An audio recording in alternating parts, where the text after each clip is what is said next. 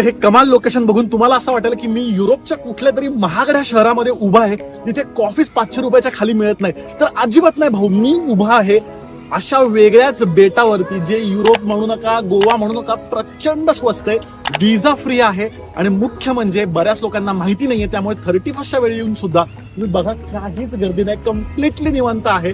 By the way, हे बेट कुठलं? तर हे बेट आहे व्हिएतनाम जवळचं फुक वॉक आयलंड. इथे आहे जगातली सगळ्यात लॉंगेस्ट केबल कार, जी थेट समुद्रावर आहे.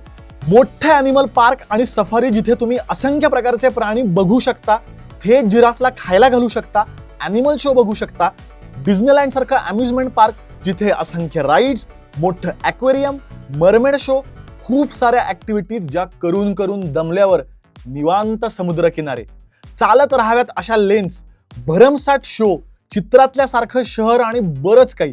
विशेष म्हणजे आम्ही इथे राहिलो फक्त 3000 रुपयांमध्ये.